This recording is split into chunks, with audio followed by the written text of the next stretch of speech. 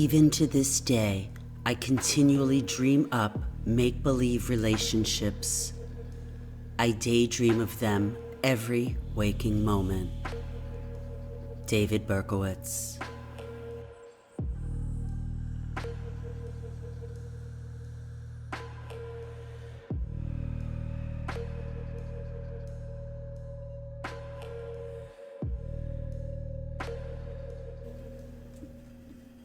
Welcome back to another episode of Cracklin' Rosie True Crime.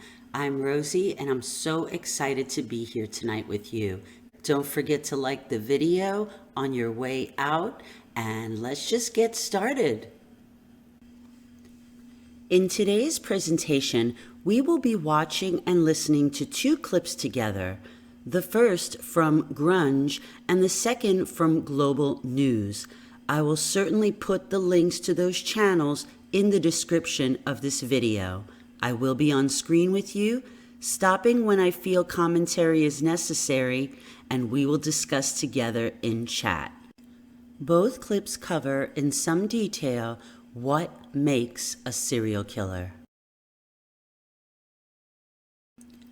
After the clips, I will be sharing some poetry written by David Berkowitz while incarcerated, and we can analyze in chat together. This should be interesting, folks. Enjoy. If you have followed my psych videos, then you know that I believe that David Berkowitz suffered from fantasy-prone disorder. Earlier this week, I put up that blurb on David Berkowitz living in that fantasy world, dreaming up relationships every second of every waking moment. It was also included in the first slide of this presentation after the intro. I thought it was important for me to share something with you that might help you better understand why I believe that David suffered from this illness. I was left a comment on that community post, and I'm going to read you my response. A balanced amount of fantasy is common and experienced by everyone. In a healthy mental state, we can assess the fantasies and determine what we might be missing in our lives. Where appropriate, we can make changes and take steps towards those desires we feel would bring us joy and make us better as humans. Where it starts to become a disorder is when we spend more time, quote unquote, in our heads than in reality. Some even prefer to stay in the fantasy life, not engaging in real life, disconnecting from others, etc. Where it becomes dangerous, when we are so immersed in our fantasy world that we lose grip on what is real and what is not. Based on my research, it's my opinion DB suffered from various levels of FPD throughout his life, with the most intense after his discharge. Over time, his fantasy life turned completely dark. Let me add, I do not believe he ever lost full track of reality. He knew what he was doing. Let's start with the grunge clip. I've got it queued up. We're just going to jump right in.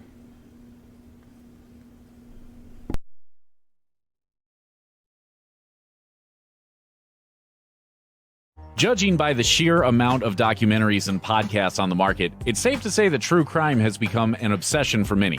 Serial killers especially have attracted the attention of the morbidly curious. Here's a look at the traits most serial killers have in common.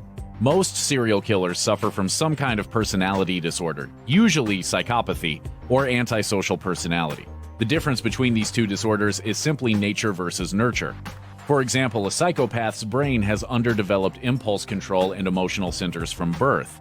By contrast, antisocial personalities are learned and usually develop during an abusive or neglected childhood.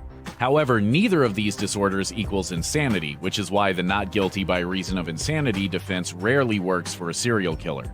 Killers deemed criminally insane are not mentally able to discern right from wrong. Serial killers, however, know very well how evil their actions are. They just don't care.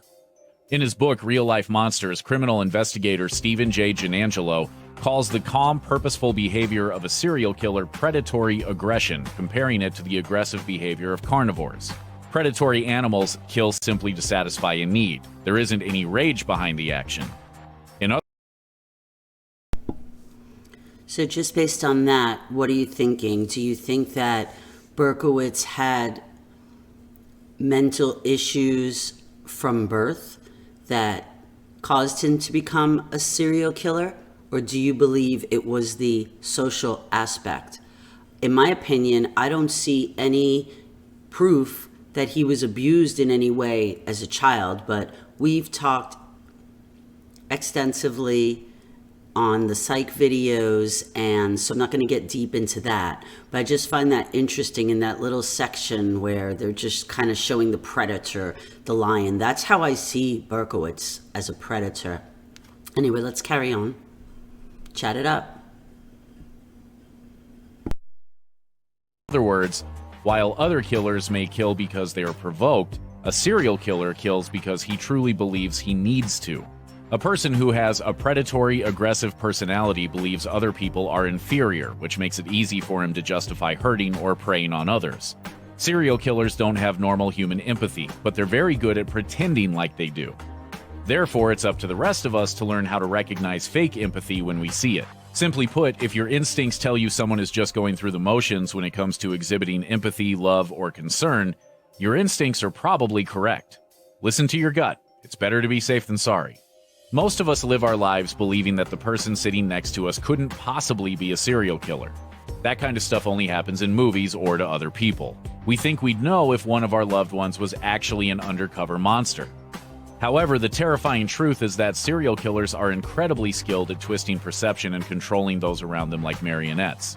They prey on the insecurities of those closest to them and masterfully manipulate loved ones to never suspect them of any wrongdoing. That's why the families and friends of serial killers are always shocked to discover the person they thought they knew as evil. Master manipulator. Incarnate. Just can't be. I keep shaking my head, saying, how can this be? Because he had lots of friends, very good student in school, a very normal, active boy. According to Psychology Today, Jeffrey Dahmer's father simply accepted his son's lies at face value because it was easier for him to believe the lies than to admit to himself that his son was a monster. But even those of us who aren't already emotionally invested in a relationship with a dangerous person can be manipulated. Generally speaking, if someone appears to try and bribe you or distract you from flaws in a story using flattery, flowers, or gifts, you should definitely keep your guard up. Abuse during childhood is not a direct path to serial killerdom, but many serial killers were abused as children. A Radford University study looked at the childhood experiences of 50 serial killers and discovered that 68% of them had experienced some type of maltreatment, either physical, sexual, psychological, or neglect. An earlier study even reported that 100% of serial killers studied had suffered some kind of abuse in childhood. David Hosier of Childhood Trauma Recovery says psychological abuse in particular has a strong correlation with future behavior. Children who are shamed, humiliated, or punished disproportionately can develop a propensity for cruelty as a direct result of that abuse. Neglect is also a huge factor, as when children don't experience empathy from a parent or caregiver, they sometimes don't develop the ability to empathize with others. Not throwing anything at the Berkowitzes, I really believe that they were amazing adoptive parents. I mean, we've spoken about this as well. Nathan stuck with David till the bitter end, so no shade there. But we do know that Nathan worked a lot of hours and therefore couldn't be present because he was providing for the family. It really does sound like Pearl doted on David, but something about his personality didn't allow her to get that connected, or for him to connect that deeply with her on the exterior. And we heard on the last video that David learned later in life that Pearl passed away believing that David never really loved her. And I don't believe that's true, but I mean, I believe that's true, but what I'm saying I don't believe is true is that David didn't love her. I really believe that he loved her as much as David Berkowitz could love. My opinion. But anyhow, let's get back to the clip. People who feel their own lives are out of control will sometimes look for smaller, more manageable situations to attain complete control over. If the person lacks empathy, that need for complete control may involve other human beings. Childhood abuse isn't the only factor in a person's past that can lead him to develop that oversized need for control. Kids who come from unstable homes, move frequently, or bounce around between foster homes may feel like they have no control over their lives, and therefore no time to develop real relationships with their peers. Not only do these children develop control issues, they also grow up with deficiencies in empathy. Combine this lack of empathy with a pathological need to control others, and you've got yourself a deadly combination. Serial killers almost always lack remorse. That's not really surprising, since the ability to repeat a brutal crime sort of depends on not feeling too bad about the first brutal crime you committed. However, a lack of remorse isn't necessarily specific to psychopaths and sociopaths. People who have fairly ordinary psychological makeups can also kill without remorse, provided they can successfully compartmentalize and dehumanize the people they kill. It rubs the lotion on its skin, or else it gets the hose again. But most of the time, lack of remorse is directly related to a killer's lack of empathy. If you're unable to empathize with someone who is afraid or in pain, you probably aren't going to feel much remorse about ending a person's life. According to Psychology Today, the most common type of serial killer is the power control process-focused killer. John Wayne Gacy, Ted Bundy, and the BTK killer Dennis Rader all fall into this category. Power killers can be said to have a sort of God complex. They kill slowly because the ability to decide how and when their victims will die makes them feel empowered. Most killers who sexually assault their victims aren't motivated by lust. They're motivated by the feeling of power they get from the act. One of the FBI's favorite techniques for interviewing serial killers is flattery. Psychopathic killers in particular tend to have a grandiose sense of their own self-worth, so investigators can use praise to get them talking. According to behavioral analysts, psychopathic serial killers don't respond to altruistic interview themes, meaning that trying to make them experience guilt or sympathy for their victims is a waste of time. Instead, interviewers might praise them for their intelligence or for their skill at outwitting investigators. So that makes a lot of sense. If they don't have empathy, you're not going to spend your time interrogating them, trying to get something from them based on guilt or feeling sorry, because they don't feel that. Yet giving them that flattery kind of inflates them, and they might just spill something just because that's their nature. They want that praise. As far as the power is concerned, I do believe that David needed to feel a sense of power, but a lot of that doesn't apply because he didn't nap victims, he didn't torture them, he shot and ran. He was a coward. So there's some sense of wanting the power, but I just don't feel that that applies as much. When you look at someone like Dahmer, who was a predator, he lurked, he brought people back to his apartment, and I'm not going to get into a whole episode on Dahmer, but a lot of you that have seen at least something on him know all the horrific things that he did, and it was over time. I mean, he held on to trophies, and David didn't do that. The only thing that we know, the only thing I'm going to mention right now is that we know that he did like to read the newspapers and to read about his crimes and to take clippings and to learn a little bit about the victims after the fact. So anyway, let's listen on and see what else they say. But there's a little bit there. I mean, definitely a predator, but as far as we know, he wasn't a trophy taker. He had really no contact with the victims other than shooting them and running. There was no sexual assault. There was none of that. But anyhow, let's carry on. Forensic psychologist Stephen A. Diamond calls this quality psychopathic narcissism and likens it to an immature, selfish, self-centered, resentful, and raging child inside a powerful adult body. Children are inherently narcissistic and must be taught the rules of social behavior, but when children grow up physically but remain in a state of immaturity, they can become extremely dangerous people.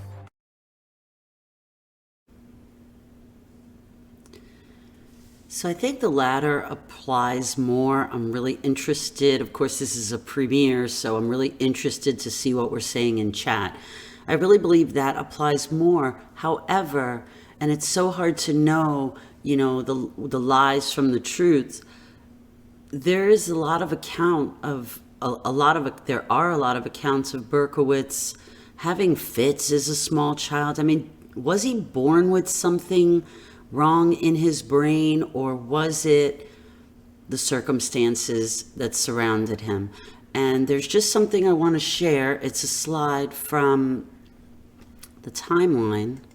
Let me see if I can bring it up for you.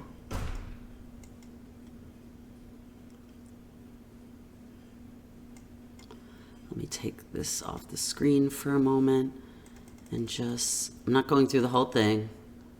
I know it's cool, good music, but all right.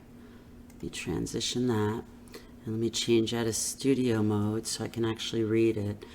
So we had listed some things that were taken from Klausner and Abrahamson. Let me move my head. Some things that David reported happened to him in childhood that may have caused him to become the monster that he became. Of course, we know that he was adopted. He was told young. He was told his mother died in childbirth. There are some head traumas reported, and if there's truth to this, this could have some effect. He was hit in the head with a pipe. He was hit by a car. He allegedly witnessed some fatalities, a young girl hit by a car, and then a young girl and her mother being hit by a car, some young boy falling off the side of a bus. These were mentioned in the books, not in great detail and not with specific dates, but I believe they were mentioned in conversation with Berkowitz, with the source. And of course, we know the death of Pearl, which we know happened October 5th, 1967. So we know that's a truth, and we know that had a big impact. But I just wanted to bring this up. We know that he had, I was going to put a clip on the myriad, the McDonald triad, but I think we could talk about it quickly. There's no proof that Berkowitz was a bedwetter. There's no proof that he was abused as a child. There's some proof of animal torture. Of course, we know the Pudgy story, him poisoning Pearl's bird because the bird was getting more attention, he felt, than he was. And of course, we know the arsons, which is a big factor in the triad. We'll talk about that more. If you find interest in that, I could cover that deeper on another short video. But I think at this point, we'll move on. Just wanted to bring that up. The next video we're going to take a quick look at, the clip is from Global News. And again, the full videos and the links will be in the video description of this presentation. So let's move on.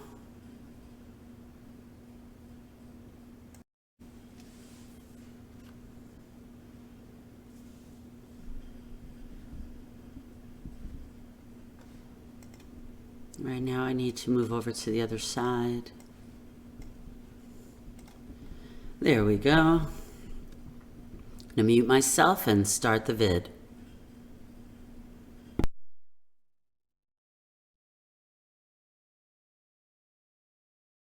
Is this Clarice? Hello, Clarice. From Hannibal Lecter to Dexter. Wanna know a secret? Daddy kills people.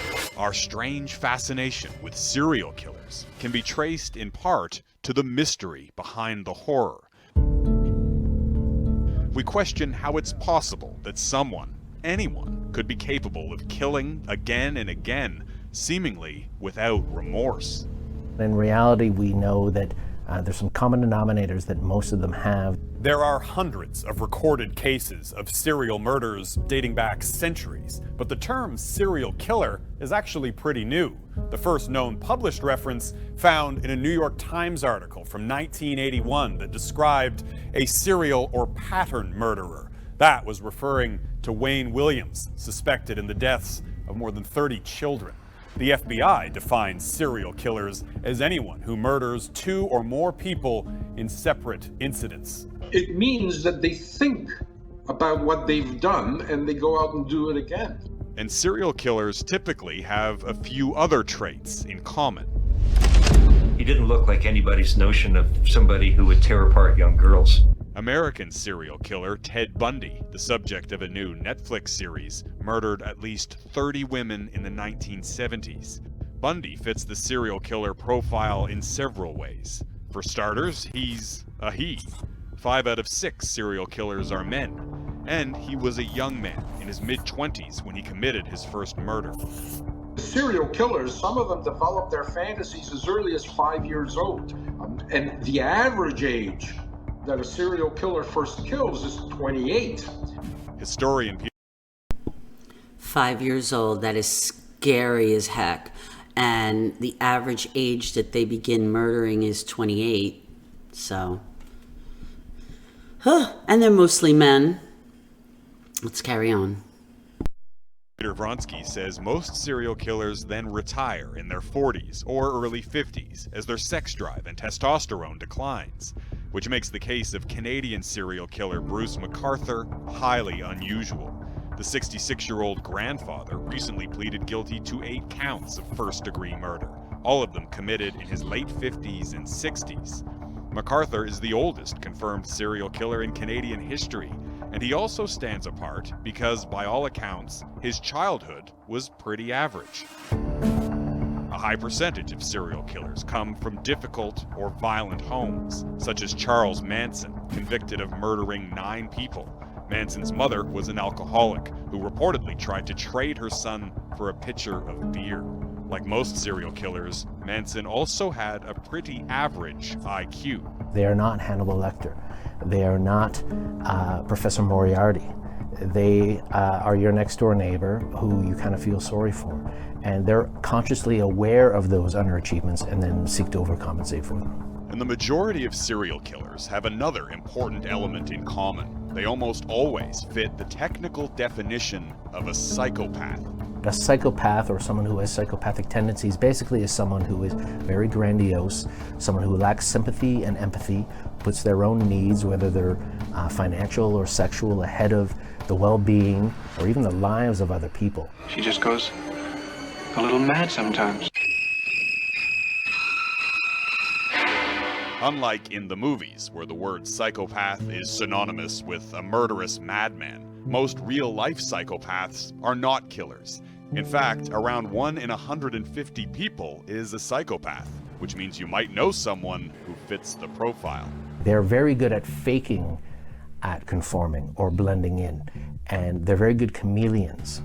And that duplicity is part of what makes them so dangerous. Psychopaths can come from all walks of life, which is what made it sometimes so surprising. Neuroscientist Kent Keel was among the first to identify psychopaths by imaging their brains. Most psychopaths are criminals, so back when he was a student at the University of British Columbia, Keel conducted MRI scans on the prison population in Abbotsford, BC.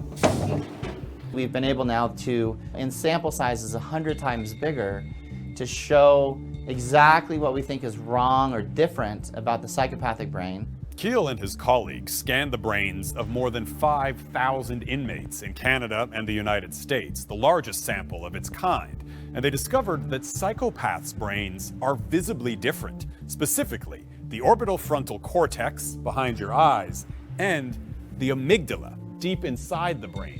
In a psychopath, these regions are dysfunctional. They don't work properly, and together they're responsible for feelings of remorse, empathy, and fear. We need to have a look at Berkowitz's amygdala. Psychopaths don't worry about punishment. They're not concerned about future punishment. They discount it. They don't even have it in their repertoire. Only a fraction of the psychopath population will become serial killers, but that brain impairment enables them to kill without remorse or fear of consequences. The research also raises a fundamental question. Are serial killers born? Is it genetic? Or are they made, a product of their environment? Well, the short answer is it's a bit of both. Serial killers often have brain deformities, either from birth or from an injury, and they also experience trauma during childhood. So then when you get like multiple different things going on, you can get a really dangerous person. Keel and others are now working to identify those volatile ingredients early among young offenders to predict and even prevent them from becoming cold-blooded killers. Is this Clarice?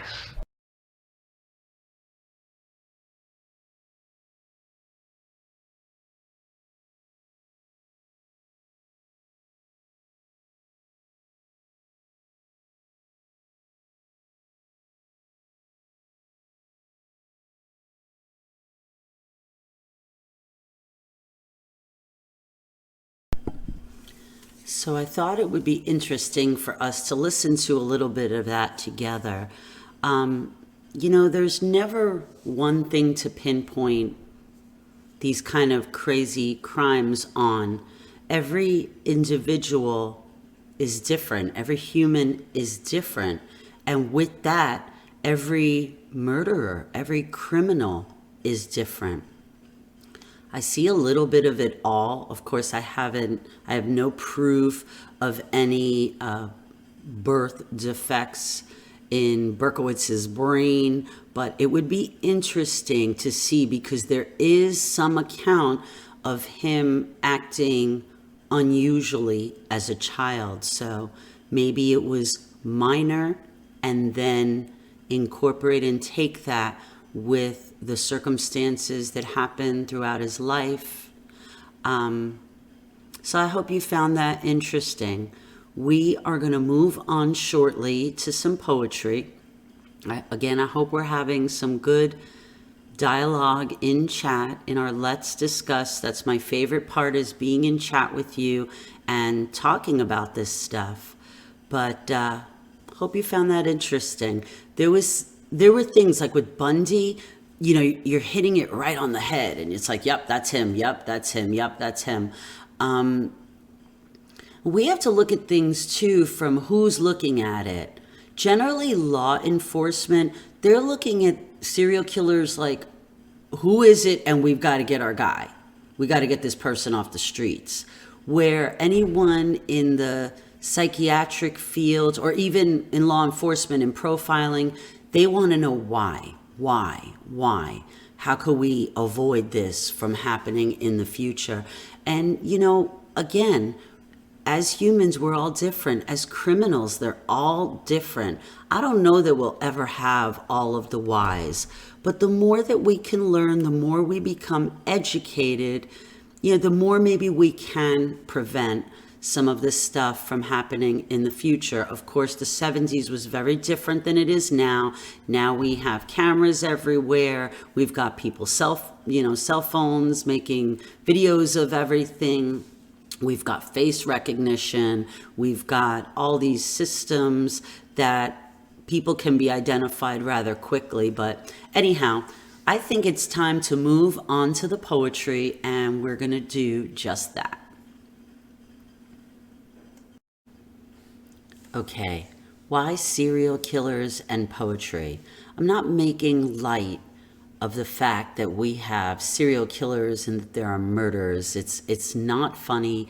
The reason I feel that the poetry is important, and first let me jump back. I'd like to give a quick shout out to community member Anna Luna. I love that name, Anna Luna, who had sent me a few of David Berkowitz's poems from an auction site, and that kind of nudged me to go back to a book that I have that has a lot of his poetry.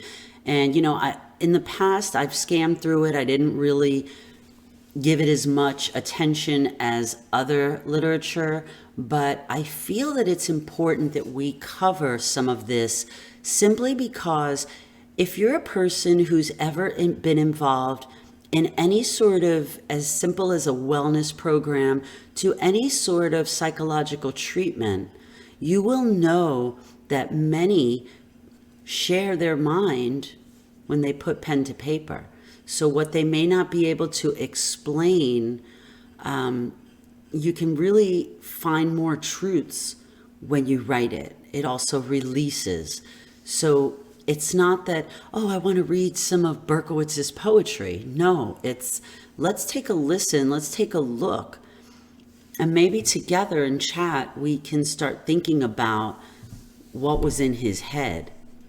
So that's really the reason for the poetry. It wasn't to make a flowery, girly video about poetry, okay? Because we've analyzed some of his prison journals, and we will be looking at more because there are more that I haven't covered in prior videos. We've looked at his statements to police. We've looked at his crazy letters. We've looked at the letters he sent out into the community. So why wouldn't we also take a look at this? I'm going to start. This one rang with me a little bit. This one is dated September 8th, 1988. And it's called They Meet at Night. They meet at night when the world is dark and the owl stalks its prey.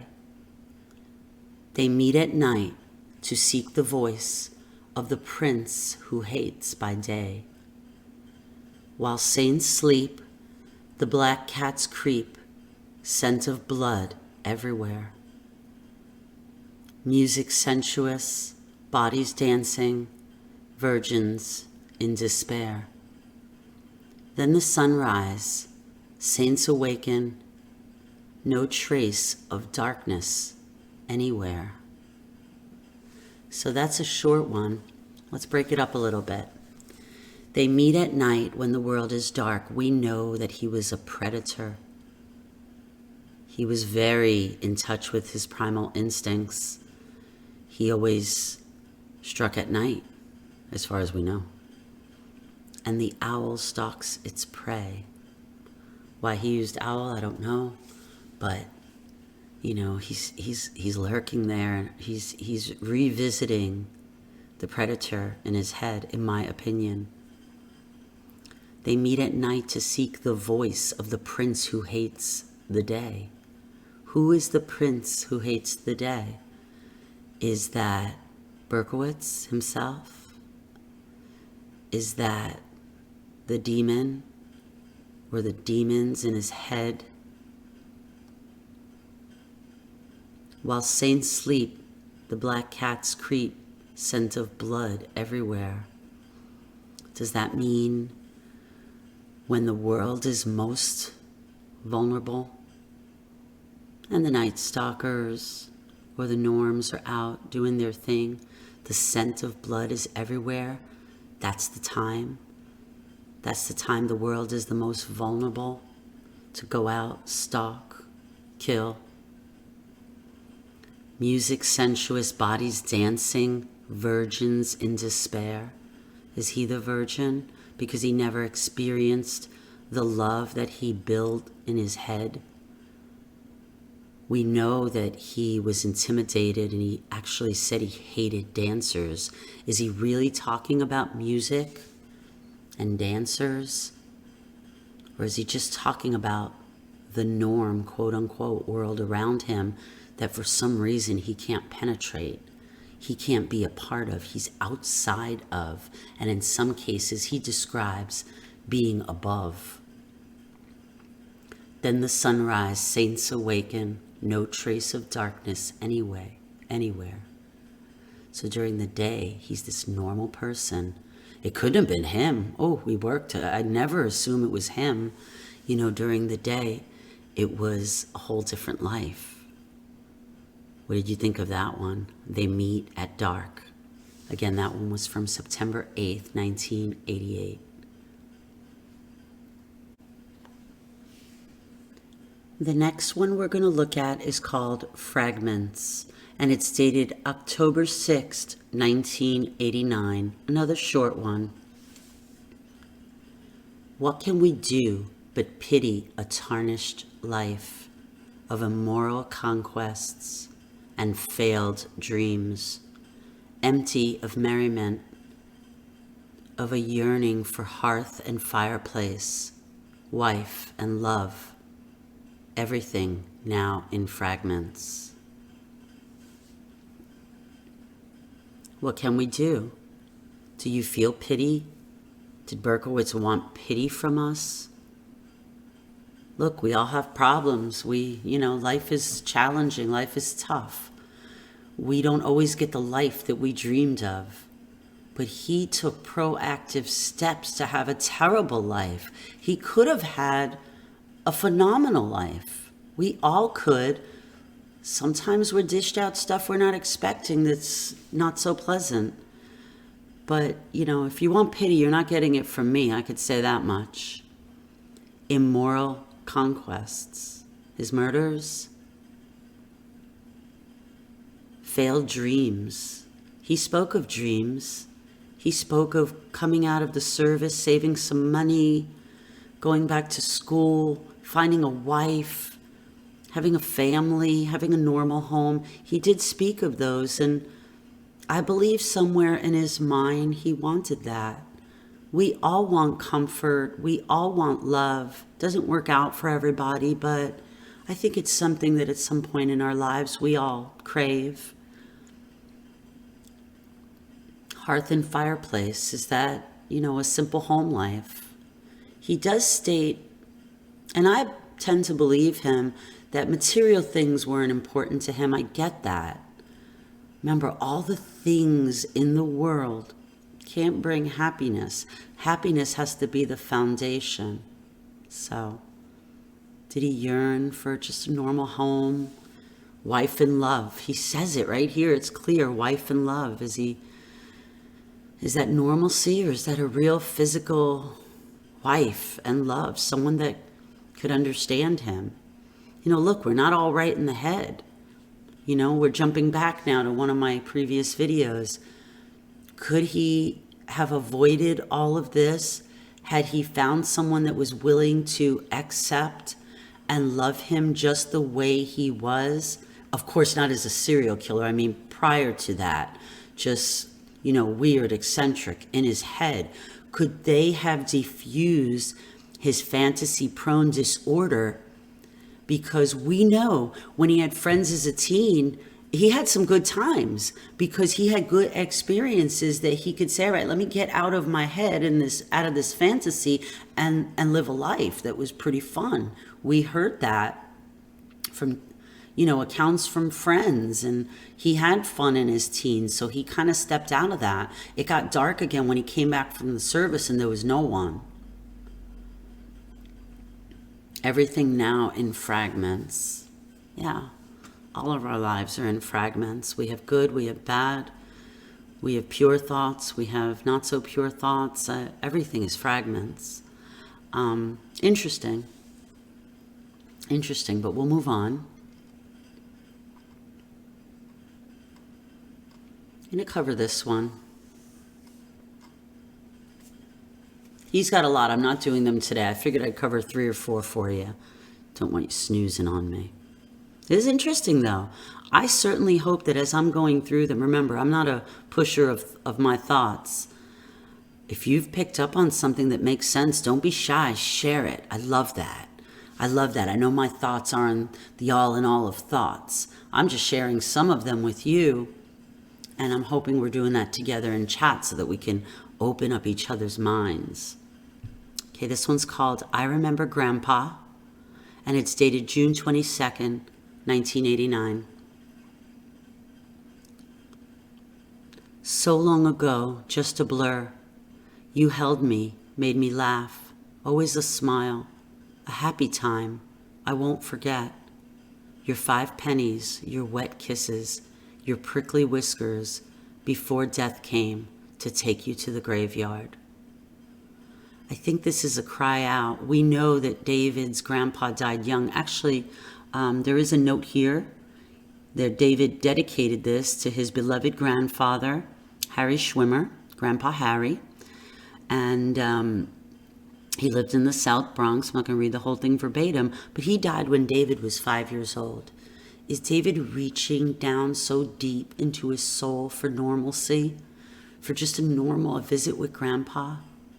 I mean, my grandparents died very young, and I have fond memories, but I don't dig deep into those that much. I mean, was his head so chaotic that he was just diving deep into his soul to pull out some quote-unquote normal remembrances, normal memories? I don't know, but kind of found that one interesting. So long ago, and it's just a blur. You held me, made me laugh. Always a smile, a happy time. Digging deep for that. I don't know. Crazy. All right. This one is called In Forever. Very short. We shut the doors of hope. We locked ourselves in, and now we can't get out. We shut the doors of hope. I feel like in his mind, he knows he did this to himself, and he's feeling sorry for himself. I shut the doors of hope in my life. We shut the doors of hope, and we shut is all in caps. So I'm assuming that when this was reproduced, they were copying the way he wrote it or typed it. We locked ourselves in. In where? Inside your head? Inside your fantasy world? Inside prison? And now we can't get out. I almost feel to some degree that he's telling himself that he did this, that this is his fault. I don't know. What'd you think? Put it in chat. I'll go one more. We're prisoners. We are as babies crying for mothers long dead. We are as children crying for fathers gone to the graves. We are the ghosts of dreams that died. We are the prisoners of our own hands. We are the killers of ourselves. Well, wow, I feel like that just kind of solidified the one before, like that was the prequel. I believe he's talking about the prisoners. I believe he's talking about himself. I believe he's saying, in some weird way, he's taking some responsibility that we are the ones that determine what happens to ourselves. And here we are as babies crying for their mothers long dead. It's got no life. He's going to spend the rest of his waking days in prison, as we are as children crying for fathers gone to the graves. That's definite.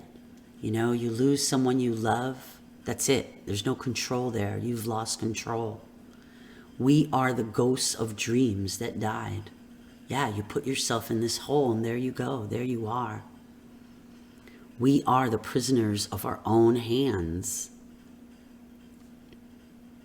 We are the killers of ourselves. Interesting. All right. There are many more, as I stated before.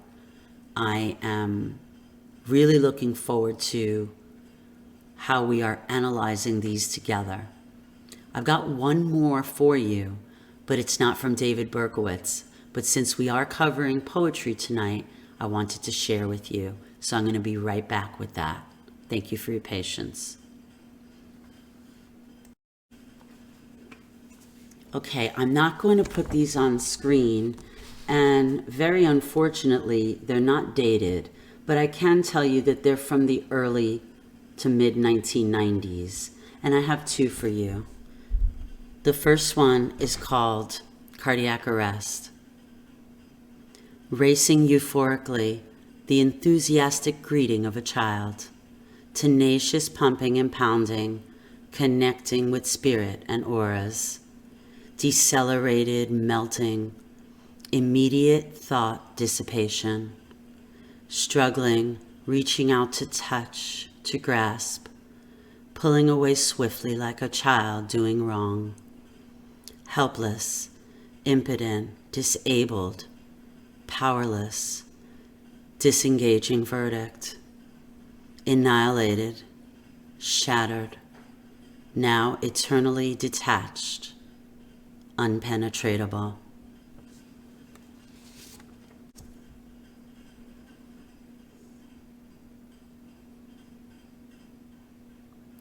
This one's called Never Ending Cycle. The magic of life, the way the world revolves around oneself, the rude awakening, the pain, the tears, the suffering, the rebirth, the patience, the courage, and the strength, the magic of death, the world beyond. Bring me eternal peace. I'm shaking. These are mine. And I used to write a lot. I journaled my whole life. I still journal. But in this time in my life, I found them with my English lit paperwork. So yeah, I've been cleaning out closets and that kind of thing, and I came upon these, and these are just two. Crazy. I'm the same, but so different than these times. I'm not going to analyze them for you because I know exactly what was going on in my life. I know exactly what I was thinking and what I was sharing, but I find it healing to be able to share with people that I know care about me and enjoy my work. So yeah. All right. My legs are shaking. Wow. Okay. I hope that you enjoyed those. I've got one more little treat for you. And then of course, in case the chat is cooking, I'm going to have a little bit of footage that you might find interesting while we wrap up our chat. So hang on. I'll be right back. Finally, there is a lot of account on the Michelle Foreman stabbing, but there's not a lot out there on the unidentified female. So I'm going to read to you that passage from Hunting Humans. And it's just about 2 decent-sized paragraphs. His first attempt to kill ended in failure. On Christmas Eve, 1975, armed with a hunting knife and a feeling that the time had come to act, he left his apartment and drove toward Co-op City, the middle-income high-rise community in which he had lived with his father.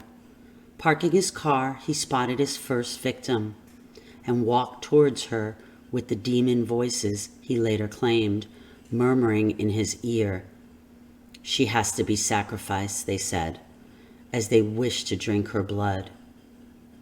He was conscious of his mission's importance.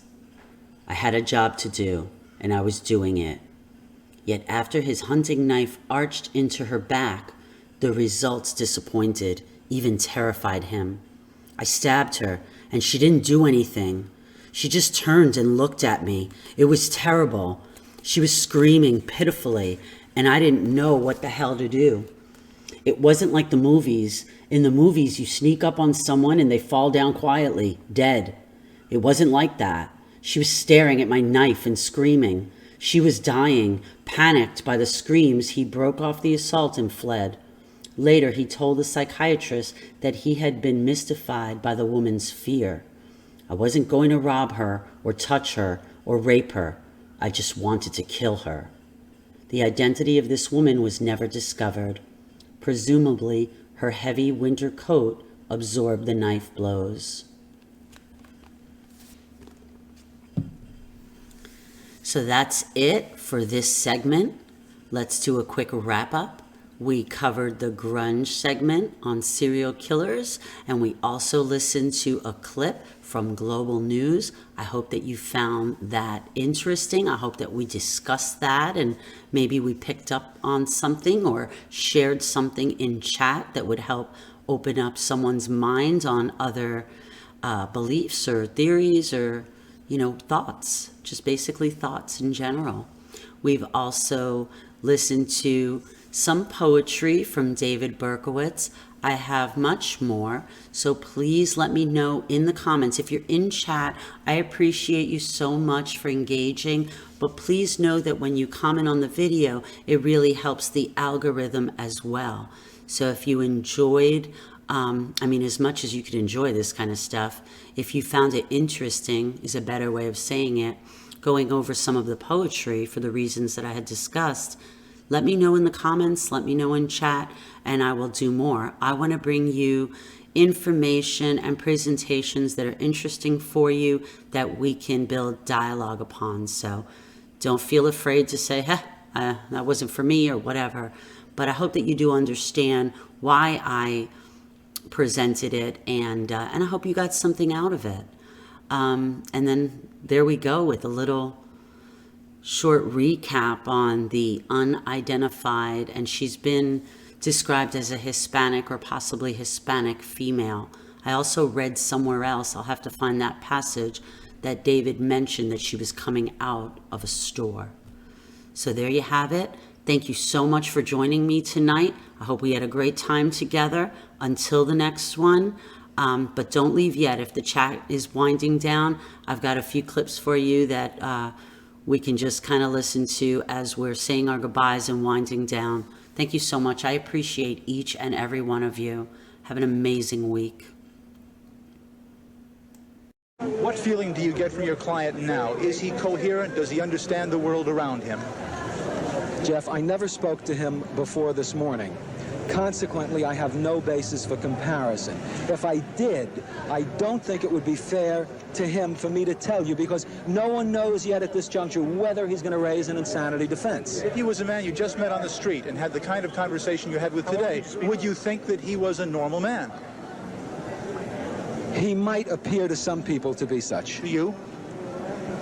I would have reservations.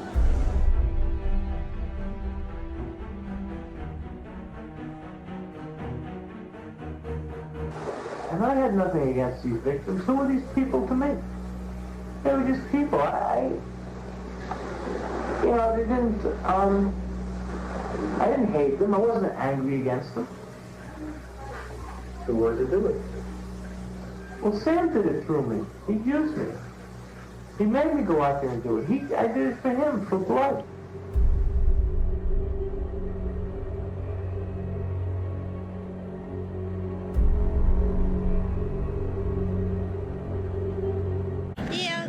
Here in Queens, and I've thought about the .44 caliber killer. That's why usually I keep my hair up when I go out at night, especially when I'm sitting in parked cars. It's made me really scared to walk the streets, really. It's like, this guy's got to be caught. He really does. He's got to be either tortured slowly or he's got to be put away, because he's ruining everybody's life. It's got me all nervous. It hasn't made me go, places that I normally would go. I would go to different spots. Now I haven't been going there. I've been watching everybody, watching every move he's making. Been covering my hair, changing the ways I've been doing normal life, like parking and things. I wouldn't, do that anymore. They find him, I think he would just get killed. If, he came up on the street right now, people would just, jump on him and kill him.